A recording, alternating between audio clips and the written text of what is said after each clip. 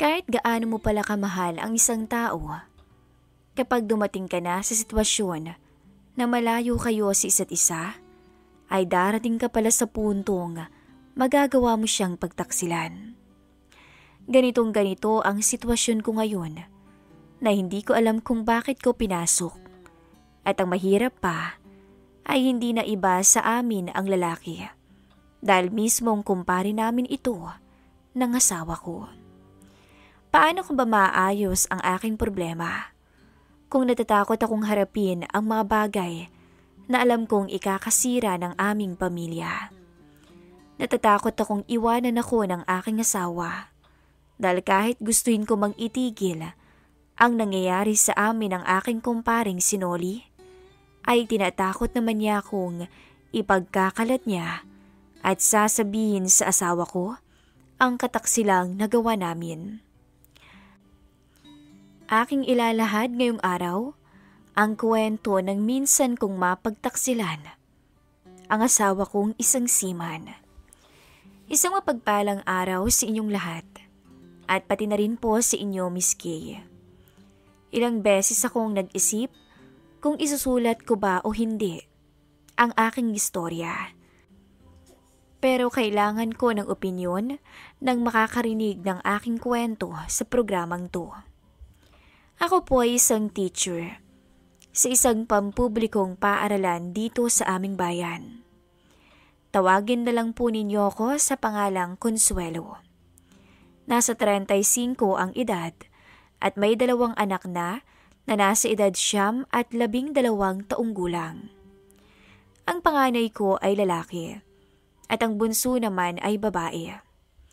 Ang aking asawa ay nagtatrabaho sa barko bilang isang seaman at kasalukuyang nasa Canada. Mas matanda sa akin ng 3 taon ang aking asawa na si Samuel dahil 38 na ito. Mayroon kaming kumpare ng asawa ko na siyang service ko papasok ng school at pauwi ng bahay dahil may sarili rin namang service ang 2 anak namin ni Samuel. Ang kumpare namin ay tawagin na lang natin sa pangalang Nilo. 39 ang edad. Pero kahit na malapit na itong mawala sa bilang na 30s, ay matipuno at malakas pa rin ang dating nito. Marami pa rin kababaihan na kahit na may asawa na, ay dumidikit pa rin dito. Kahit na moreno kasi si paring Nilo, ay hindi naman maipagkakaila na may itsura ito. Idagdag pa ang fit na katawan nito. Minsan nga ay pinag-aawayan na nilang mag-asawa ang pamamasada ni paring Nilo dahil may kumakalat na mga chismis na babae raw ni pare ang minsang sinasakay nito na hanggang ngayon ay puro chismis lang naman at wala pang napapatunayan. Kahit na ganoon, ay hindi pa rin naman tinitigil ni paring Nilo ang kanyang papamasada dahil dito niya kinukuha ang panggastos nila sa araw-araw. Kahit papaano naman, ay sapat ang kinikita niya, lalo na't may mga estudyante na nag-aaral. Humihina lang ang biyahe kapag tapos na ang pasukan o tuwing nasa bakasyon ang mga bata. Araw ng Lunes. Maaga akong naghanda sa pagpasok dahil may flag ceremony kami sa school ground. Lahat ng estudyante mula unang baitang hanggang ika-6 na baitang ay nagtitipon sa school ground upang makipag-participate sa Monday flag ceremony. Ingat sa pagpasok ha! Bilin ko pa sa 2 anak ko na magkasabay na tumungo sa pinto palabas ng bahay. Dahil nasa labas na si Mang Tom, ang kanilang service. Maaga rin silang papasok ngayon para makapila agad sa flag ceremony. Sige ma, ingat din ho kayo. Ani ng panganay ko na lalaki. Tsaka itong ngumiti. Ang bunso ko naman ay ngumiti lang at nag-flying kiss. Lihim na lang akong natawa sa bunso ko. At tinapos na ang pagliligpit ng kalat sa lamesa ng pinagkainan namin na almusal. Pagkatapos ko ng gawaing bahay, ay humarap na ako sa tapat ng salamin para tingnan ang itsura ko. Dapat maging presentable ako, lalo na't haharap ako sa mga estudyante ko.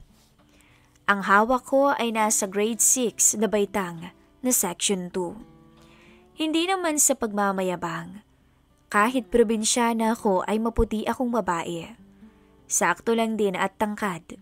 Hindi ako mataba kahit na nagkaanak na.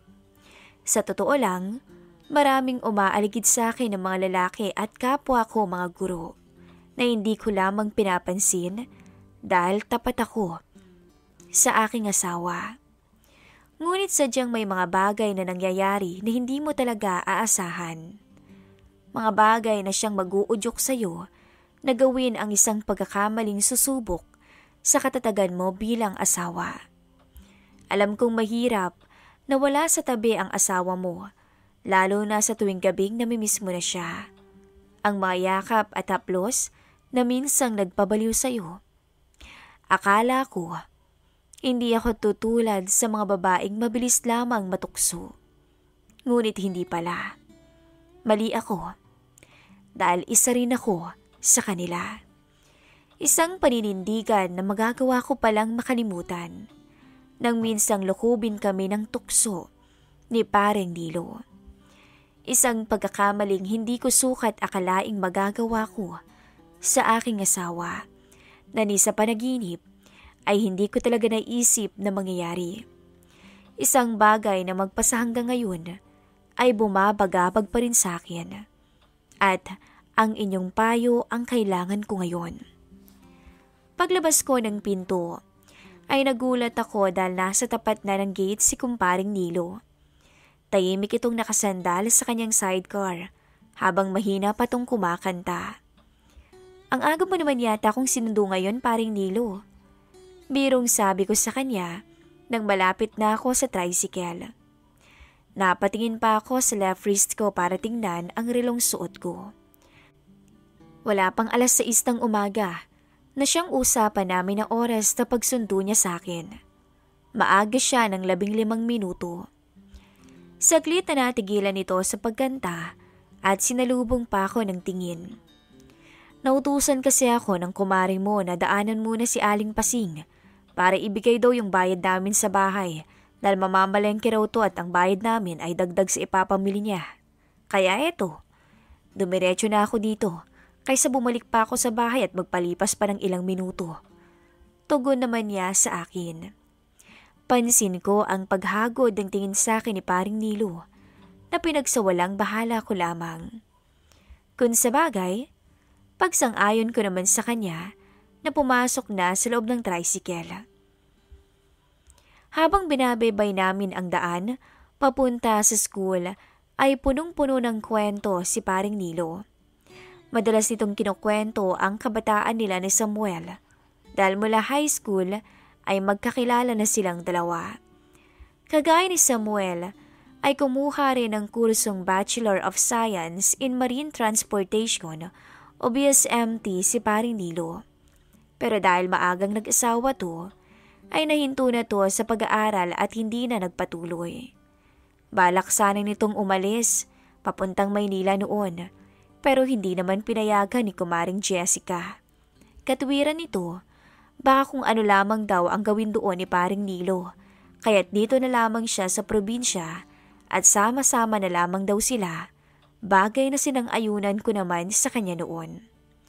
Selosa naman talaga kasi si Mari, kaya palaging may nakakaaway. Kung ako man kasi ang tatanungin, mas gusto ko ang setup nilang mag-asawa kaysa sa amin ng asawa ko na minsan lamang kong magkita. Nakilala naman ako ni Samuel nung nasa 2 taon na ako sa kolehiyo dahil namasada muna ng tricycle noon si Samuel habang wala pa tong trabaho dahil kakagraduate lang nito ng college. Siya nga pala, Mare, kailan uwi ni Paring Samuel? Bigla ay tanong ni Nilo. Sa susunod na buwan, sagot ko na nakangiti. Walang pagsidla ng saya ang aking puso dahil uuwi na rin finally ang mahal kong asawa. Sobrang sabik na ako sa kanya at walang gabi na hindi ko talaga siya hinahanap. Napakahirap palang may asawang working abroad na hindi mo makasama araw-araw. Sobrang miss ko na rin ang kulitan namin tuwing gabi, lalo na ang mga gabing pinagsaluhan namin ang aming pagmamahal sa isa't isa. Oh, talaga? Eh di dito pala magpapasko si paring Samuel. Masayang sabi ni paring Nilo. Oo, pero alam mo naman yun pare, kahit nandito ay abala pa rin maghanap ng pwedeng pagkakakitaan. Alam mo naman kasing kailangan kumayod ng aking asawa dahil biglang nagkasakit ang ina nito. Kaya kailangan niya ng pambayad sa bill ng ospital. Ang dalawang kapatid naman ni Samuel, kapwa walang trabaho at kapwa may pamilya na rin at nakapisan pa rin sa bahay ng mga magulang nila. Ang sinasahod ng asawa ko ay nahahati sa 3. Una sa amin ng mga anak niya, ikalawa ay sa magulang niya at kapatid. Ang pangatlo ay para sa kanya at sa mga expenses araw-araw. Sa panahon ngayon na sobrang mahal ng mga bilihin, kailangan niya talagang makasave ng pera para mayroon kaming mahuhugot kapag dumating ang araw na kailangan.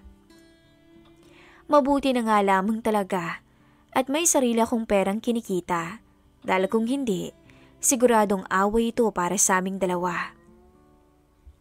Mahirap din kasi na imbis makaipon kami mag-asawa para sa aming pamilya, ay nauuwi lamang ang sahod niya para sa mga kapatid.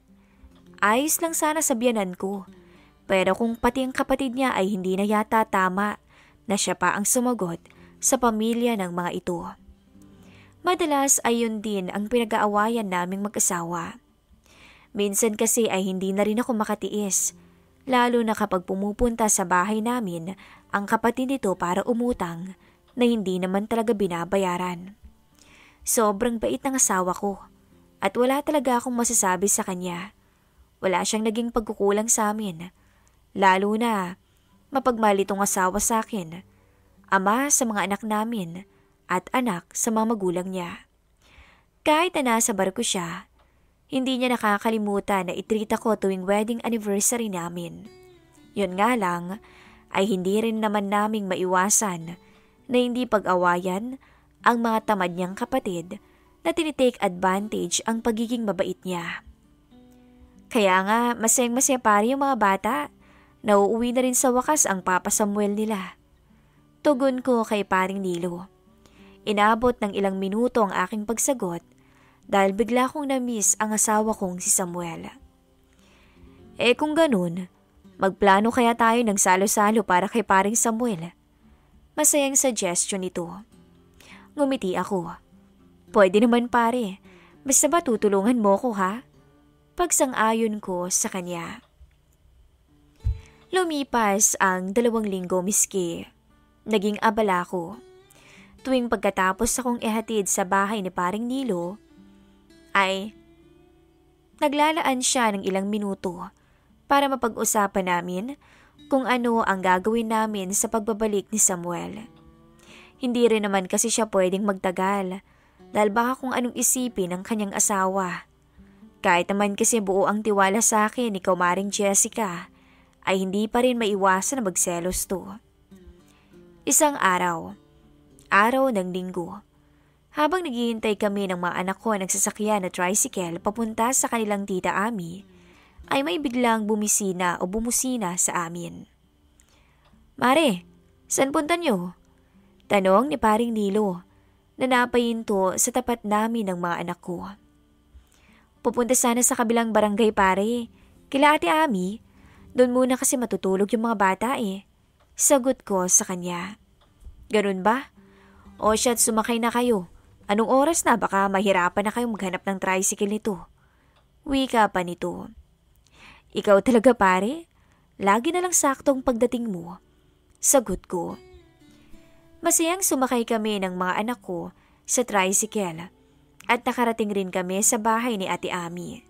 Dahil 7:00 na rin ng gabi, ay doon na kami kumain ng hapunan kasama si paring Nilo.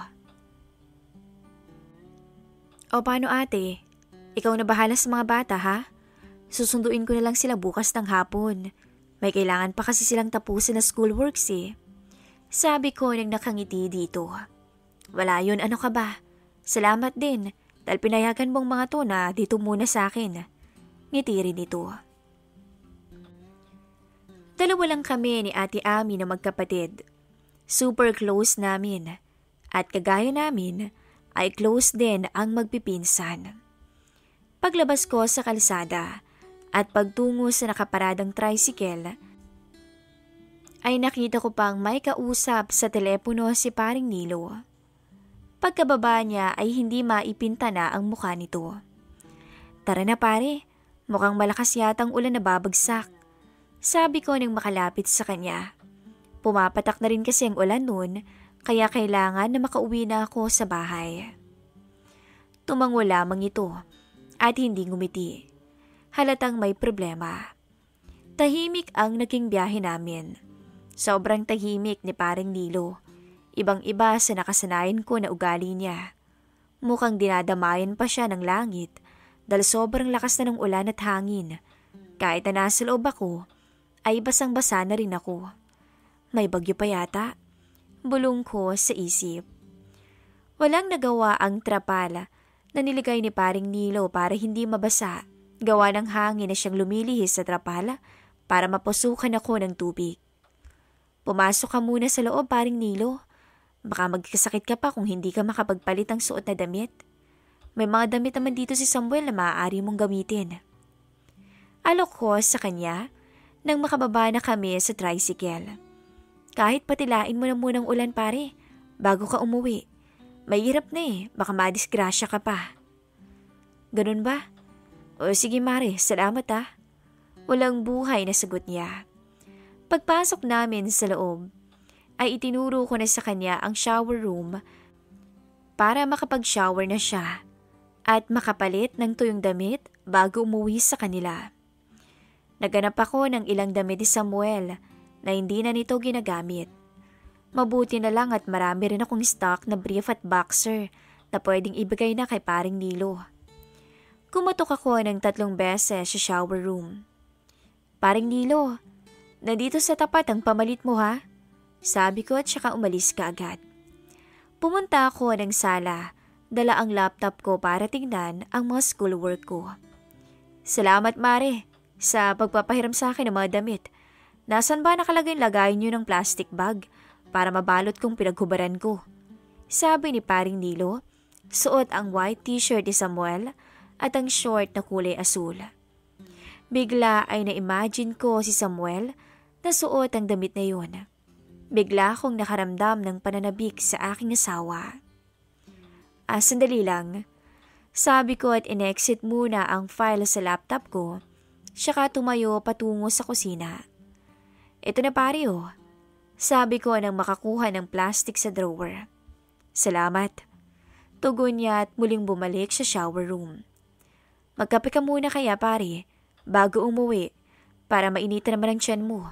Malakas pa naman ang ulan Alok ko habang kumukuha ng tasa sa cabinet. Mare, wala ka bang alak dyan? Para pag uwi ko diretso tulog na lang ako. Tanong nito pabalik sa akin.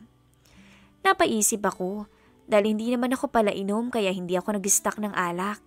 Pero bigla akong naalala na may binili nga pala ako para sana inumin namin ni Samuel pagdating niya. Siya nga pala pare, may problema ka ba kaya nais mong uminom? Kanina ka pa kasi yata wala sa mood Puna ko dito. Nagkakamot to ng batok. Kumari mo kasi. Pinipiga ako na bigyan siya ng 10,000 para sa darating na birthday niya. Napakakitid ang utak. Panlilibre daw niya sa mga kumari niya. Pati na rin ang pagpapariban niya ng buhok. Panimula pa nito na tinabi muna ang hawak na plastic sa gilid, tsaka umupo sa isang upuan. Nasa dining table kami ngayon at kinukuha ko ang alak mula sa aparador na nasa taas. Siya nga pala ito lang mayroon ako pari Sabi ko at nilapag na ang isang bote ng alak. Mataas ang alcohol content nito. Gusto ko sanang itry ito kasama si Samuel. Pero mukhang mas kailangan yata ngayon to ng kumpare naming si Nilo.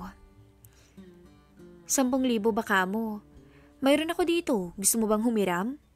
Alok ko sa kanya. Nakakahiya naman, Mare. Baka hindi ko agad mabayaran yan sa'yo. Nahihiyang tugon ito bago nagsali ng alak. Tsaka alam mo naman, sa luho lang ni Mrs. gagamitin yan. Alam mo naman kung gaano siya kaluho. Nagsimulang magkwento si paring Nilo tungkol sa problema niya. Kanina habang hinihintay ako sa labas ni paring Nilo, ay tumawag daw ang asawa nito. Huwag daw tong uuwi hanggat wala itong pera na naibibigay sa kanya para gamitin. Natatawa at naiinis na lang si paring Nilo dahil sa pagiging makitid ng utak ng asawa niya. Alam ko naman din na sadyang maluho si paring Jessica, lalo na sa mga gamit pa lang sa sarili, ay talaga namang naglalaan to ng malaking halaga.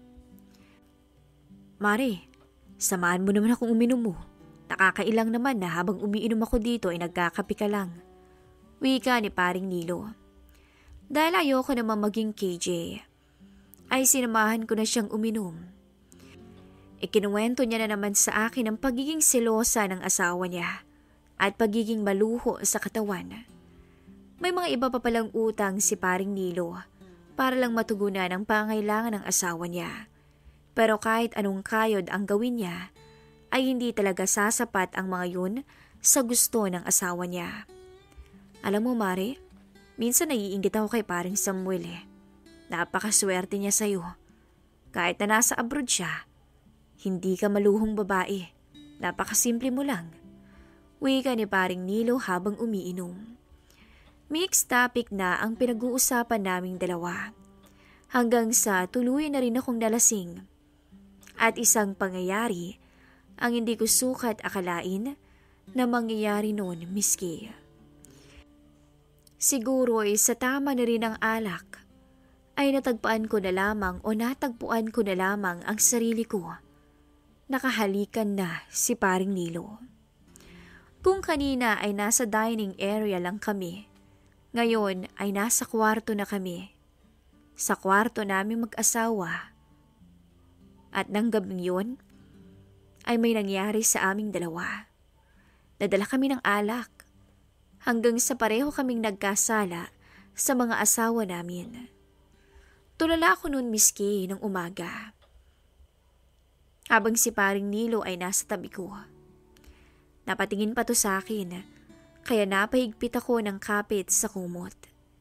Hindi kasi ako nakatayo palabas ng kwarto dahil sobrang sakit ng buo kong katawan. Obvious naman na intense ang naging gabi namin dahil pareho kaming lasing. Mare, pinasadahan niya ako ng tingin hanggang sa ma-realize nito ang nangyari sa amin. Mabilis siyang bumangon at nagpaalam na uuwi na muna sa kanila. Isang araw, pinuntahan na ako ni paring Nilo sa bahay namin. Ilang araw na rin kaming hindi nagkikita. Naiilang daw siya at hindi ako masyadong kinakausap magmula nang may namagitan nga sa aming dalawa.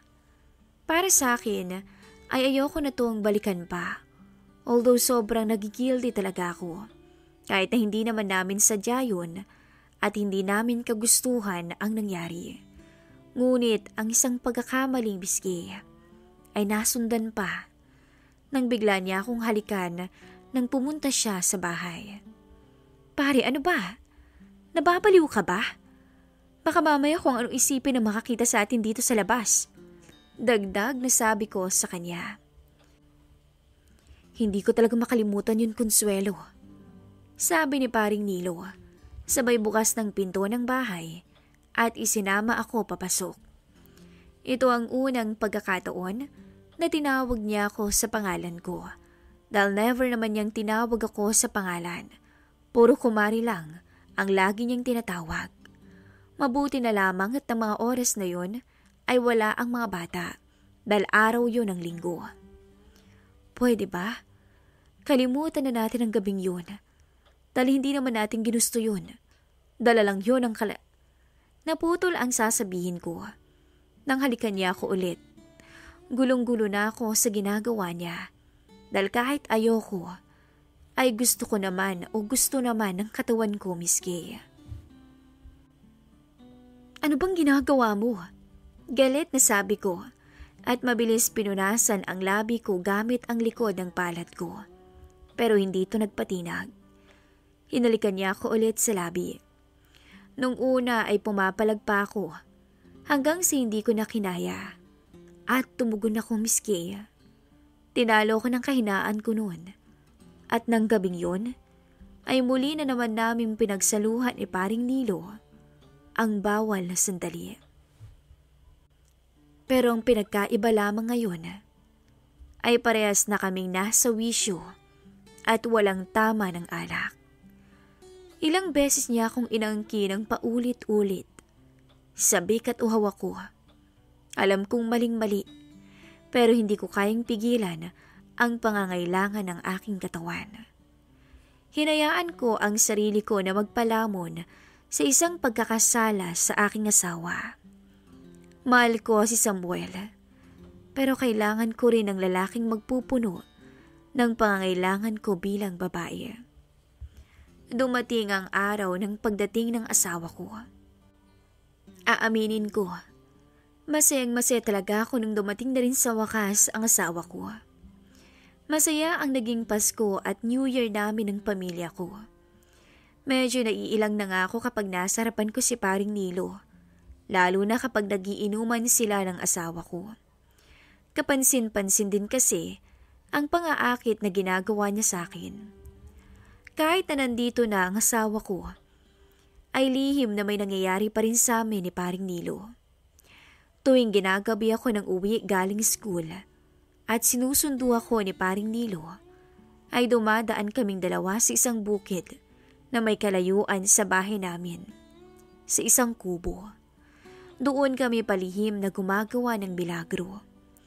Parang kating-kati ako na maangkin niya. Tila ba nasa kanya yung susi na maging kontento ako. Pero nitong nakaraang Pebrero ay kinausap ko si Paring Nilo. Sinabi ko sa kanya na itigil na namin ang ginagawa naming pagtataksil sa aming mga asawa dahil ayoko na. Pero ayaw niyang maputol ang lihim na relasyon namin miski dahil ang sabi niya, mahal na raw niya ako. Ako naman ay walang nararamdaman na ganun sa kanya dahil kahit na anong mangyari, mahal na mahal ko ang asawa ko. Mas matimbang ang asawa ko sa puso ko. Kaya lang naman ako pumapayag na may mangyari sa amin dahil sa nararamdaman kong excitement sa tuwing may nangyayari sa aming dalawa. Hindi ko alam kung paano ko ba mapuputol ang relasyon namin ni Paring Nilo miski. Ayoko nang pagtaksilan pa si Samuel. Sa darating na Mayo, ay muli siyang sasampa sa barko. At tuwing naiisip ko yun, ay mas lalo kong kinakabahan. Lalo na't alam kong mas malaya na naman si Paring Nilo para masolo ko. Ayoko na. Gusto ko nang matapos ang lahat. Pero paano ko gagawin yun, miski? Kung pinagbabantaan niya ako, nasasabihin niya raw sa asawa ko ang lahat ng ginawa namin. Na ipagkakalat niya sa lahat ang ginawa kong kataksilan. Nakakahiya bilang isang guro. Natatakot ako ngayon, miski. Alam kong mali ang makiapid, lalo na't pareho kayong may asawa na. Ayokong mawala sa akin ang asawa ko. May pagkakataon na aamin na sana ako sa asawa ko pero natatakot naman ako sa magiging reaksyon niya. Parang may kumikirot sa puso ko at parang paulit-ulit na nagre-rewind sa isip ko ang mga sandaling kasama ko si Paring Nilo. Sobrang nagigilty talaga ako. Guro ako. Dapat ay maging huwaran ako. Pero isa pala akong babaeng makasalanan. Isa lang ang payong hihingin ko sa inyo ngayon. Paano ko ba ipagtatapat sa asawa ko ang nagawa kong pagtataksil sa kanya? Ayokong iwanan niya ako. Ayokong magalit siya sa akin.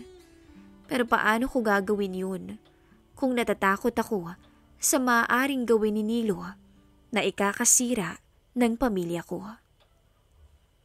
Nagmamahal, Consuelo.